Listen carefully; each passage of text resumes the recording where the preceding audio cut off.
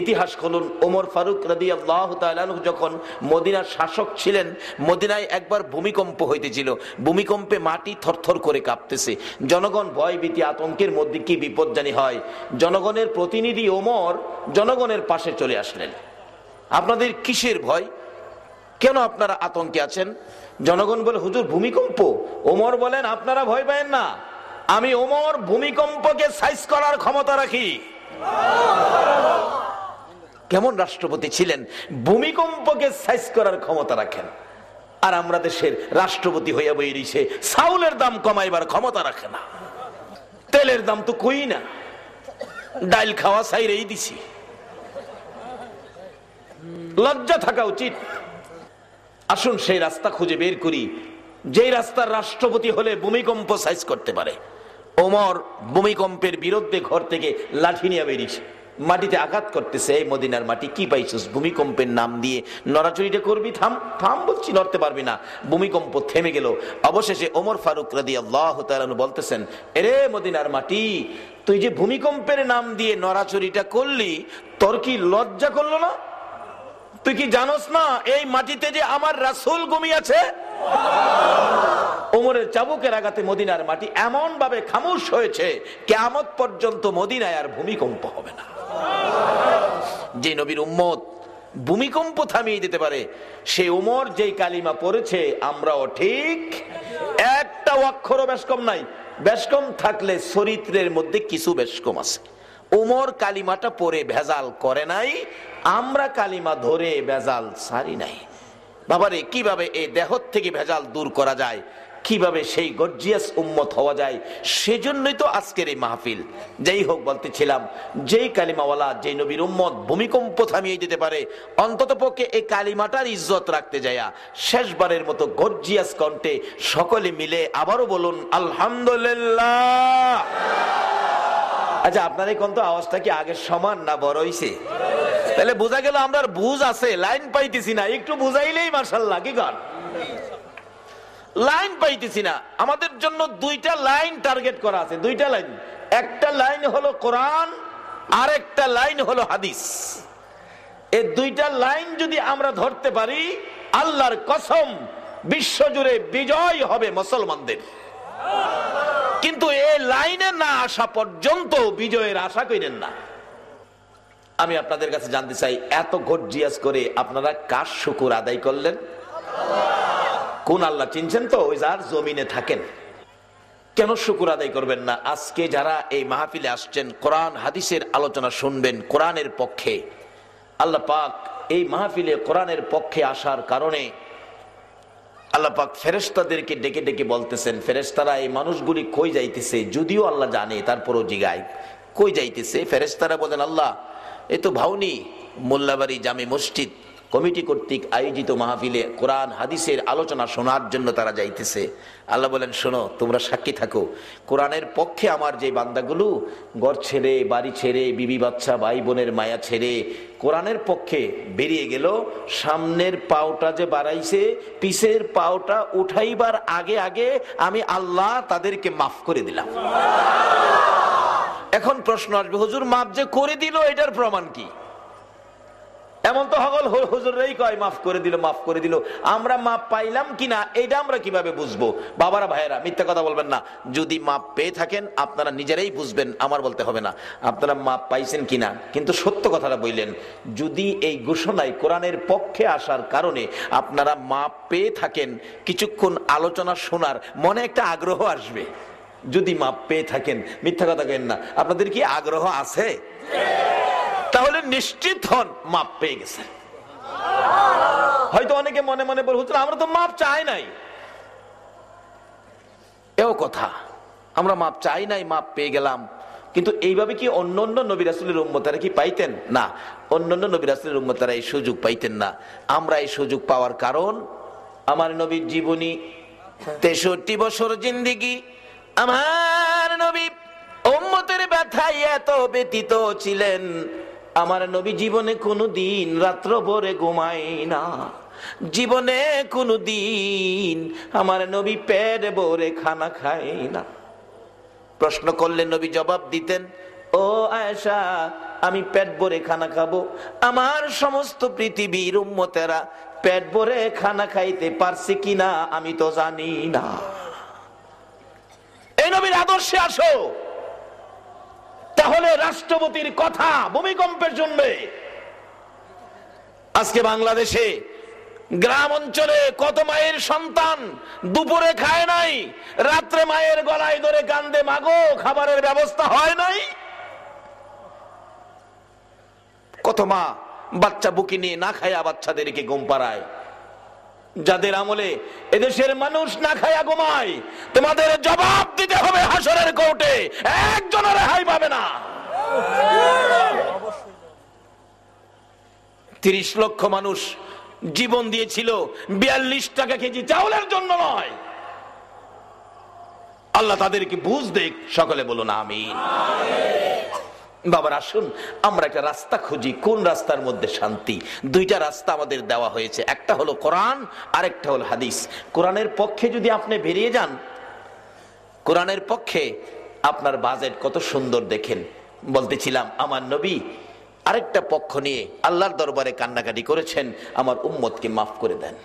মা আয়েশা সিদ্দিকা বলেন, আমি দেখেছি আমার নবী উম্মতের গুনাহ মাফ করার জন্য রাত্র ভরে নবী ঘুমায় না, একটু সময় ঘুমাইয়া বাকি সময় সেজদায় পড়ে উম্মতি উম্মতি বলে নবী কান্দে। আমার নবী ঘুম থেকে উঠে মাঝে মাঝে দেখেছি সেজদায় পড়ে কান্দে, কোন সময় দেখেছি নবী অল্প সময় ঘুমাইয়া ঘুম থেকে উঠে গেলে নবীজির সুন্দর চেহারা মুবারকে খেজুর পাতার চাটার দাগগুলো বেশি থাকে। মা আয়েশা প্রশ্ন করলেন, ইয়া রাসূলুল্লাহ, খেজুর পাতার চাটার দাগ আপনার চেহারায় বেশি থাকে, ঘুম বুঝি ভালো হয় নাই, কষ্ট হয়? পরের দিন মা আয়েশা সিদ্দিকা বলেন, আমি বিছানাটা নরম করে দিলাম, নবী পাকের ঘুম একটু বেশি হলো। ঘুম থেকে উঠে আমার নবী ডাকতেছেন, রে আয়েশা বিছানা নরম করে দিয়েছো, আমি নবীর ঘুম বেশি হয়ে গেছে, রে আয়েশা নিষেধ করি রে আয়েশা, আর কোনদিন আমার বিছানা নরম করে দিও না। আরামের বিছানা পাইয়া আমি নবী যদি সারা রাত ঘুমাইয়া থাকি, কোন সময় রে আমার গুনাহগার উম্মতের নাজাতের কান্না কাঁদবো। সে নবীর আদর্শ আজকে নাই। উচ্চ শিক্ষা হইলেই বড় বড় অফিস আদালত খুলে, এটা বলে ভদ্রতা। অফিসের সামনে good morning sir, good night sir. Good morning good night যে মুসলমানের মুখ থেকে আসে, এর চেয়ে লজ্জার আর কিছু নাই। যেই জাতি গুড মর্নিং গুড নাইট ব্যবহার করে, তাকিয়ে দেখো তারা আজকে ইরাকের জমিনে এসে আমাদের মুসলমান মা বোনদেরকে আবু গারিব কারাগারে বন্দী করে নির্যাতন করতেছে। আসো সেই নবীর আদর্শ ধরি। একজন আরেকজনকে দেখলে বলুন নবীর আদর্শে কি ব্যবহার করতে হবে? সালাম। সালাম দিল আপনাকে, জবাব দিলেন আপনি, এর মধ্যে আদান প্রদান কি হলো? আল্লাহ আপনার উপর রহমত বর্ষিত করুক, আপনিও বললেন আপনার উপর রহমত বর্ষিত করুক। এই ব্যবহার দিয়ে ইয়াসরিব নামের পাথর আর বালুর দেশ আজকে সোনার মদিনা হয়ে গেছে। আজকে সোনার বাংলা নাম দিয়ে পারলাম না এই সোনার মানুষ এই দেশে করতে। আসুন বাবারা, ওয়াজ বেশি লাগে না, 2-4টা কথা বাড়িতে নেন, জ্ঞানী সমাজ কাজ হয়ে যাবে। যাই হোক, বলতেছিলাম আজকে কেন আমরা এত সহজে মাপ পেয়ে গেলাম? আমাদের মাপের জন্য নবী কত কষ্ট, কত কান্দা আপনার আমার জন্য। মা আয়েশা সিদ্দিকা বলেন, শুধু এটাই শেষ নয়, আমার নবী গোসল করে হুজরায় ঢুকলে অনুমতি চাইলাম তোল মালিশ করে দেওয়ার জন্য। অনুমতি পাইয়া তোল মালিশ করার জন্য যাইয়া দেখি আমার নবীর সুন্দর চেহারায় রে কালো কালো দাগ চামড়ার ভিতরে লেগে আছে। প্রশ্ন করে বসলাম, ইয়া রাসূলুল্লাহ, আপনার চেহারা এত সুন্দর, কালো কালো দাগগুলো কিসের, কোত্থেকে আসলো, কিভাবে হলো? মা আয়েশা সিদ্দিকার প্রশ্নের জবাবে আমার নবী 2টা চোখের পানি গাল বেয়ে ছেড়ে দিলেন। রে আয়েশা, এই দাগের কথা জিজ্ঞাসা না রে, আমি নবীর কলিজা মানে না। প্রশ্ন যখন করেছো জবাব দিব রে আয়েশা। এই দাগগুলো হলো তায়েবের জমিনের যুবকদের পাথরের আঘাতের দাগ। আয়েশা রে, বিনা অপরাধে, বিনা দোষে, বিনা কারণে তাইবের যুবকেরা আমাকে মারতে মারতে একবার নয়, দুইবার নয়, আমারে 3 বার করে বেহুশ করেছে রে আয়েশা। আমি নবী রক্তাক্ত অবস্থায় রক্ত মাখা 2টা হাত বাড়াইয়া অনুরোধ করে বলেছিলাম, যুবকেরা রে, আমারে কোন অপরাধে মারলি, আমারে কোন কারণে মারলি, এত মায়ের আমারে মারলি, তোদেরকে একটু মায়া হলো না? তোরা কি জানোস না রে, আমার মা নাই, আমার বাবা নাই। কোনো কথাই তারা শুনলো না, মারতে মারতে আমাকে 3 বার করে বেহুশ করেছে। ওই তাইবের জমিনের যুবকদের পাথরের আঘাতের দাগ আমি নবীর চেহারায় লেগে আছে।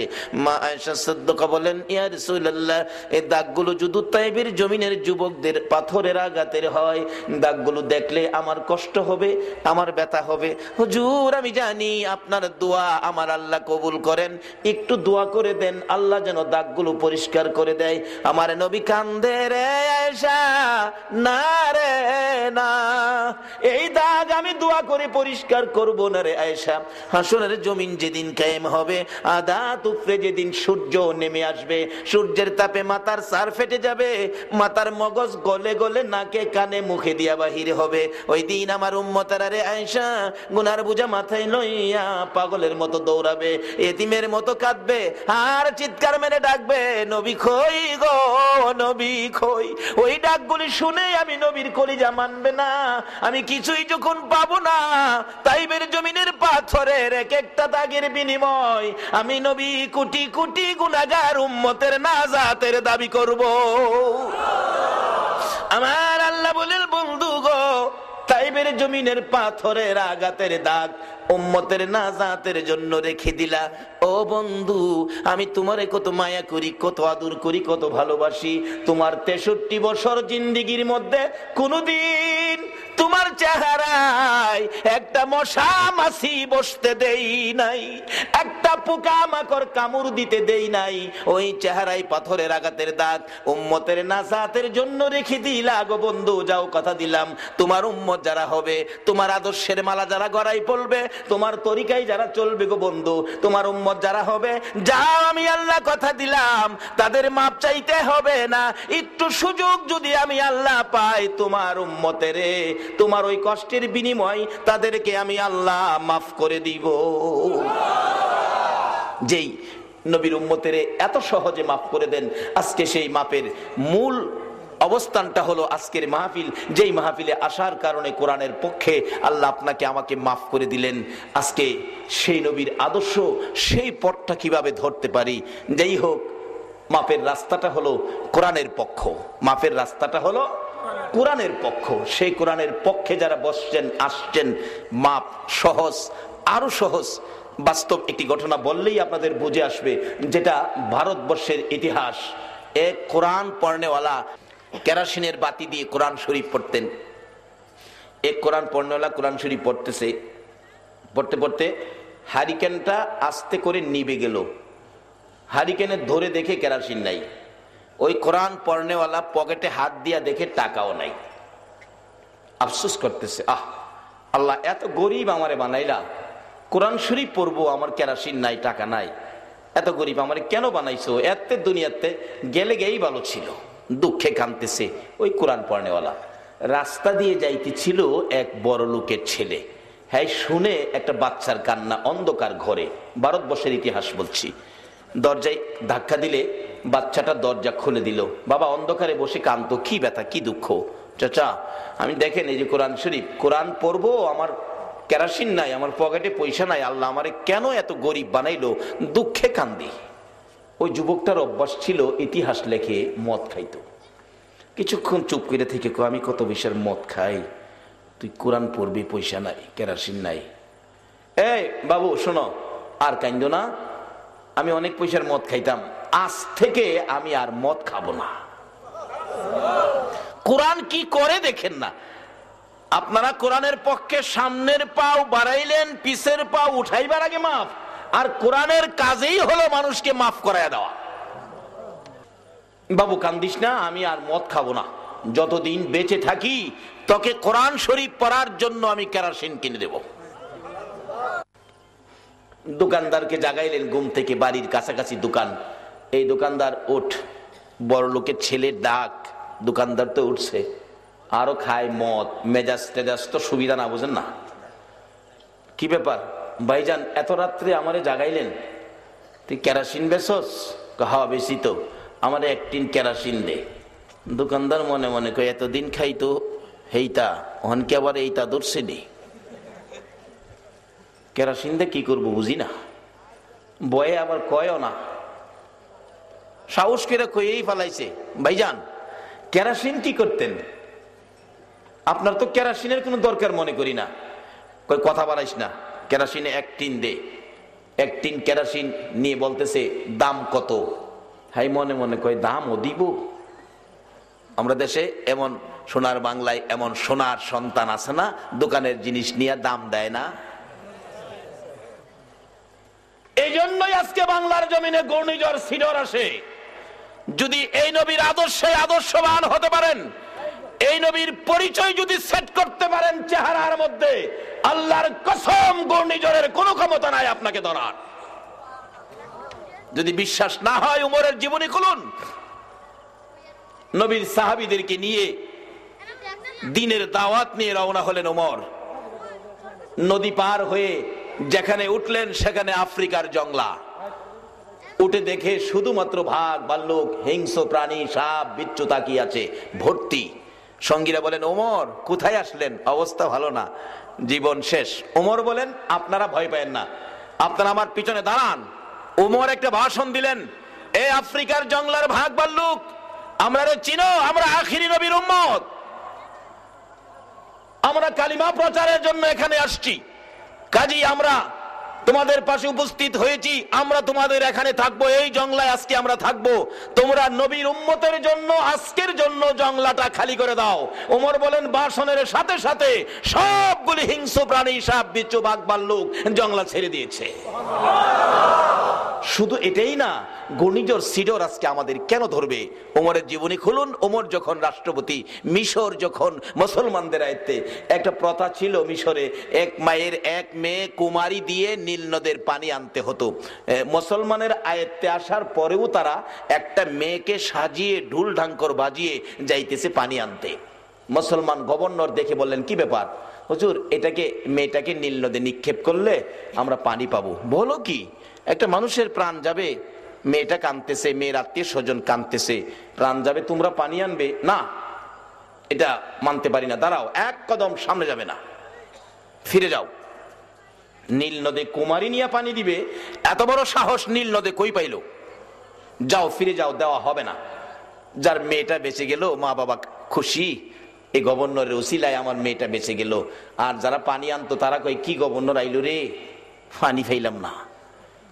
চিঠি লিখছে মদিনায়, আমিরুল মুমিনিন, মিশরে এই প্রথা চলতে ছিল, আমি বাধা দিলাম। গভর্নরের চিঠি। ওমর বলেন যা করেছো ঠিক করেছো, দাঁড়াও আমি নীল নদের কাছে চিঠি পাঠাচ্ছি।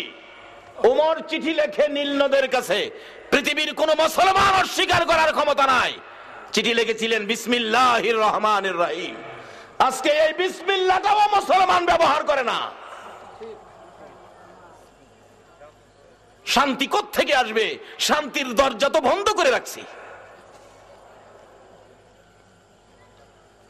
চিঠি লিখলেন নীল নদের কাছে, চিঠি পাওয়া মাত্র পানি আসতে হবে। পৌঁছে গেল, লম্বা ঘটনা সংক্ষেপ করলাম। গভর্নর সাহেব বললেন আসেন, এলাকাবাসী পানি পাবেন নীল নদের কাছে, এই চিঠি দেওয়া হয়েছে। বলেন কি, চিঠি দিলে পানি আসবে? হ্যাঁ আসেন। এই নবীর পরিচয় সেট করেন দেহের মধ্যে, নবীর আদর্শ সেট করেন দেহের মধ্যে। ওমর চিঠি লিখলেন, চিঠি নীল নদের কাছে নিক্ষেপ করতে দেরি, নীল নদ থেকে জোয়ারের পানি আসতে দেরি হলো না। আজকে সেই নবীর উম্মতের ঘূর্ণিঝড় সিডরে মারে, কত লজ্জার কথা। আসুন বাবারা ভাইরা, রাস্তাটা খুঁজে বের করি। আল্লাহ যদি তৌফিক দেন বের করব, সকলে বলুন আমিন। যাই হোক, বলতেছিলাম আমাদের সেই কোরআনের পক্ষে ওই 1 টিন কেরোসিন নিয়ে বলতেছেন দাম কত? দোকানদার কই দাম দিবেন? কই হ্যাঁ দিমু। দাম টাকা দিলেন। দোকানদার বলতেছে আশ্চর্য, এতদিন তো এরকম আচার আচরণ দেখি না, আজকে আচার আচরণ পরিবর্তন। আসলে পরিবর্তন হলো কিসের উসিলায়? মাশাআল্লাহ, এই তো বুঝে ফেলছেন। কিসের পরশে গিয়ে পরিবর্তন? আজকে কারা সেই কোরআনের পরশে বসেছেন, কারা সেই কোরআনের আলোচনার আয়োজন করেছেন?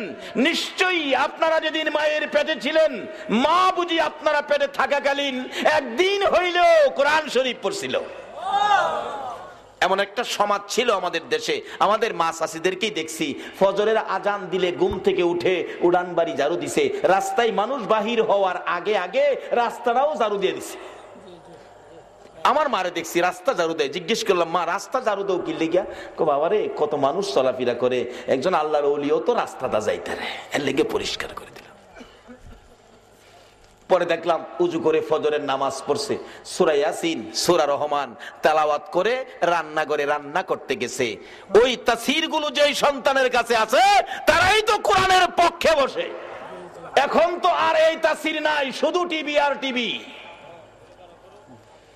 এই তাফসীরের সন্তানগুলো রাস্তায় ময় মুরব্বি দেখলে সালাম দিত, না জানি বেয়াদবি হয় রাস্তার কিনারে দাঁড়িয়ে যাইতো। এখন পিচ্চি পিচ্চি ফুলাভান গানও টান মেরে বইতে হয়। বাবারে আসুন সমাজ পরিবর্তন করি। কি দিয়ে করবেন? আসুন কোরআনের পরশে। বলতেছিলাম কোরআন কি করে দেখেন। যুবক এক টিন কেরোসিন টাকা দিয়ে বলতেছেন, দোকানদার এই কেরোসিনের টিনটা আমার মাথায় দে। দোকানদার বলেন, আশ্চর্য হলাম, জীবনে কোনোদিন একটা পলিথিন ব্যাগ হাতে নিতে দেখি নাই। ভাইজান আজকে কারণ কি কেরোসিনের টিন মাথায় নেবেন? কেরোসিন মাথায় লইয়া কই যাবেন, কারণ কি বুঝতে পারলাম না। যুবক দুইটা চোখের পানি জর্জর করে ছেড়ে দিলেন। ও দোকানদার, কথা বাড়াইস না রে, দে কেরোসিনের টিন আমার মাথায় দে। জীবনে বহু পাপ করেছি, দেখি আমার আল্লাহ নি আজকে মাফ করে দেয়। দোকানদার কেরোসিনের টিন মাথায় দিয়ে তাকিয়ে আছে। কই যা রাত্রের বেলা? যাইতে যাইতে যাইতে যাইতে ওই কোরআন পড়নেওয়ালার ঘরের দরজায়, বাবা দরজা খুলো, দরজা খুলো, দরজা খুলে দিল। এই লও এক টিন কেরোসিন তোমাকে দিয়ে গেলাম, কথা দিলাম রে জীবনে আর মদ খাবো না, যতদিন বেঁচে থাকি কোরআন শরীফ পড়ার জন্য আমি কেরোসিন তোকে কিনে দিব। এই কেরোসিন শেষ হইলেই আমারে জানাবি। এরপরে যুবক কেরোসিন দিয়ে রওনা হলেন, বাড়িতে যাবেন, আর মদ খাবে না। বাড়িতে যাইতে না যাইতে ভারতবর্ষের ইতিহাস বলছি, আমার আল্লাহ ডাকে, জিবরাইল আজরাইলের কাছে রিপোর্ট পৌঁছাইয়া দে, নোটিশ দিয়ে দে ওই যুবকের হায়াত শেষ হয়ে গেছে। বলুন হায়াত শেষের নোটিশ একদিন আমাদের সকলের ঘরের দরজায় লাগবে কিনা? এর থেকে বাঁচার ক্ষমতা পৃথিবীর কারো নাই। নোটিশ পাইয়া আজরাইল যুবকটার রূহ বের করে নিয়ে গেলেন। সকালবেলা খবর হলো মদখুর যুবক মারা গেছে। আলেম ওলামারা কয়, হ্যাঁ জানাজা আমরা পড়বো না। মুসল্লিরা কয়, হুজুর জানাজা পড়বেন, আমরা গেলে এনে পড়তেন, আমরা তো যাবো না হ্যাঁ জানাজায়। গোসুল যে করাই তো, হ্যাঁ সকালবেলা গ্যারাম সাইরা দিছে, মদখুরে গোসুল করাবো। সম্মিলিত কবরস্থান কমিটি বলতেছেন, আমাদের সম্মিলিত কবরস্থানে এই মদখুরের লাশ দাফন করতে দেওয়া হবে না। আত্মীয় স্বজনরা কি করবে? গোসল ছাড়া, কাফন ছাড়া, দাফন ছাড়া জংলায় নিয়ে ফেলে দিল, যাতে শিয়াল টিয়ালে খেয়ে ফেলে। একদিন এক রাত, দুই দিন দুই রাত, তিন দিন তিন রাত যেদিন চলে যায়, ওই ছেলেটা যে মাদ্রাসায় পড়তো, ওই মাদ্রাসার তিনজন শিক্ষক একই সময় একই অবস্থায় স্বপ্নে দেখে কে যেন লাশটা দেখায়া দেখায়া বলতেছে, এই লাশটাকে নিয়ে তোমরা কাফন দাফন করো। বাবারে কোন কোরআনের পক্ষে আজকে বাড়ি ছেড়ে বসে আছেন? সকালবেলা ছোট হুজুর মেজু হুজুরকে বললেন, হুজুর স্বপ্নে দেখলাম, ঘটনাটা কি?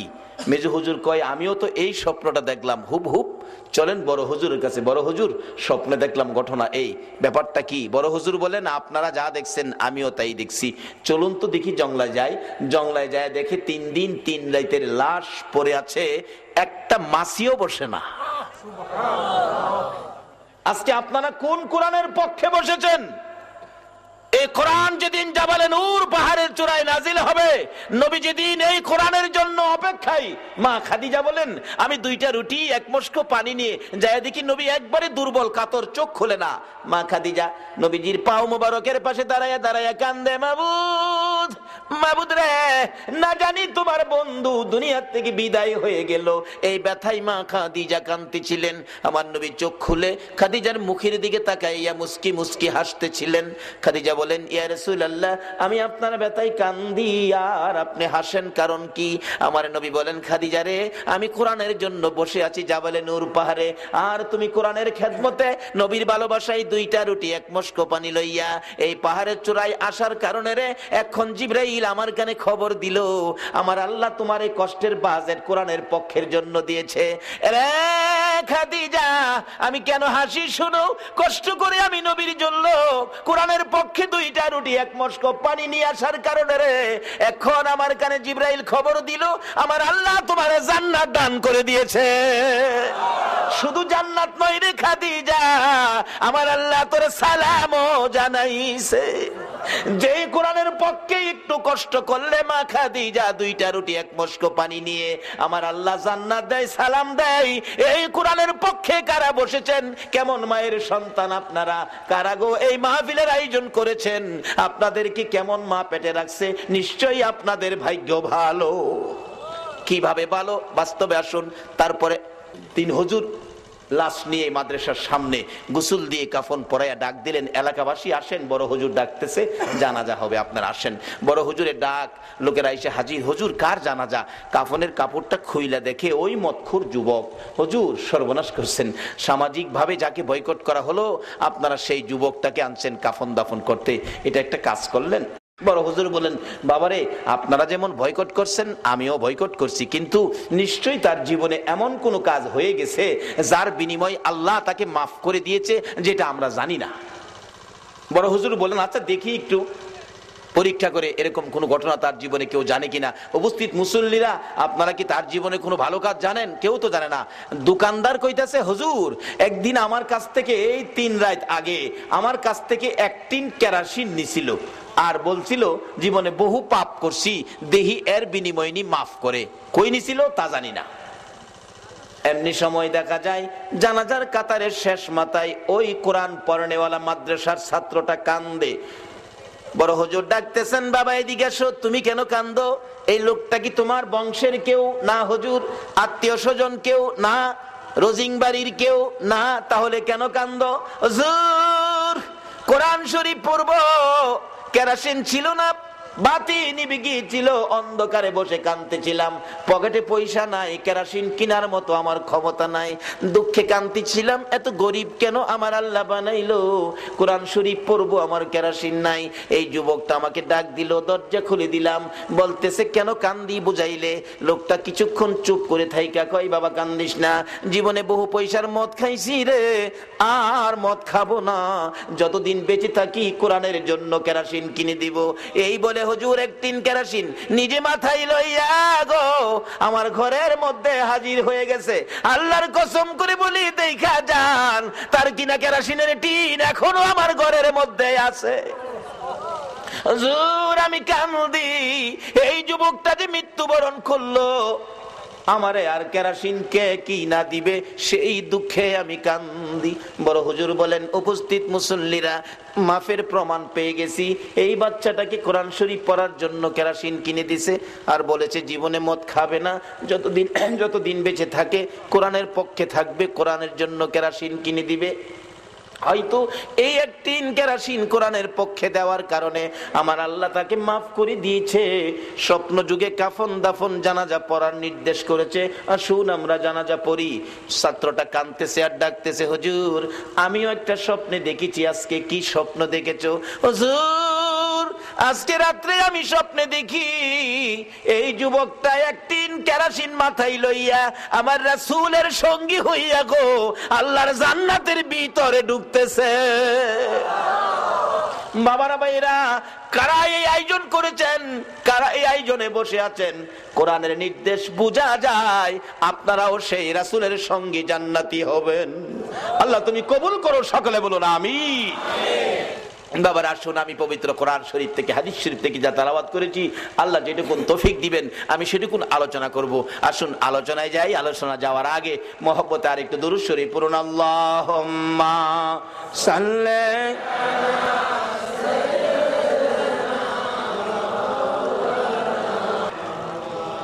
ওয়ালা আলি সাইয়্যিদিনা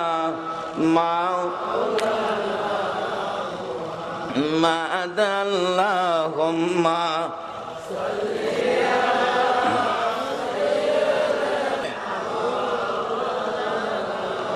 Muhammad wa ala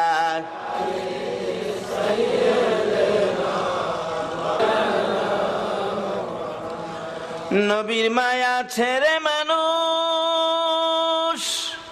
কোথায় আছো বুঝি না, তোমার মায়ায় কান্দে নবী, তোমার মায়ায় কান্দে নবী, শুয়ে সোনার মদিনা। আল্লাহুম্মা সাল্লি সাইয়্যিদিনা মাওলানা মুহাম্মদ ওয়া আলা আলি সাইয়্যিদিনা। বালাগাল উলা বিকামালিহি কাশাফাদ দুজা বিজামালিহি হাসনাত জামিউ খিসালিহি সাল্লু আলাইহি ওয়া আলিহি। সর্বপ্রথম আমি তেলাওয়াত করেছি কুল্লু নাফসিন যায়িকাতুল মাউত। বলুন কোরআন শরীফে এই ঘোষণাটা আমাদের উদ্দেশ্যে কে দিলেন? সবাই বলুন কে দিলেন? এটা একমাত্র আল্লাহই দিতে পারে, কারণ সকল প্রাণী বানাইলেন কে? কারণ যিনি বানাইছেন ইনিই জানেন এটা কতদিন গ্যারান্টি।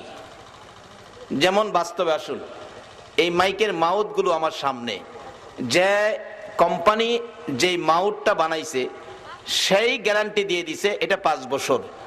আমি তোফাজ্জল মৌলবী যদি কই 50 বছর, আচ্ছা আমারটা ঠিক হবে না কোম্পানিরটা ঠিক হবে? কারণ কোম্পানি জানে এর মধ্যে কি কি নাট বল্টু ফিট করছে, কিন্তু আমি তো জানি না। আচ্ছা আমরা যে বানাইছে আল্লাহ, কিদ্দা বানাইছে বলুন, আমরা জানি না আল্লাহ জানে? তাই ঘোষণা দিলেন কুল্লু নাফসিন যায়িকাতুল মাউত। আবার সাথে সাথে আরেকটা ঘোষণা আছে কোরআন শরীফের আরেক জায়গায়। ঘোষণাটা কি? খুলিকাল ইনসানু যায়িফা। আমরা যাতে এই কথাটা সহজে মাইন্ড না নেই, সকল প্রাণী যে মরতে হবে, খাস করে মানুষের উদ্দেশ্যে আবার একটা ঘোষণা দিলেন, ও মানুষ আমি তোমাদেরকে দুর্বল করে বানাইছি। আল্লাহ বলতেছে আমরা বলে দুর্বল করে বানাইছে।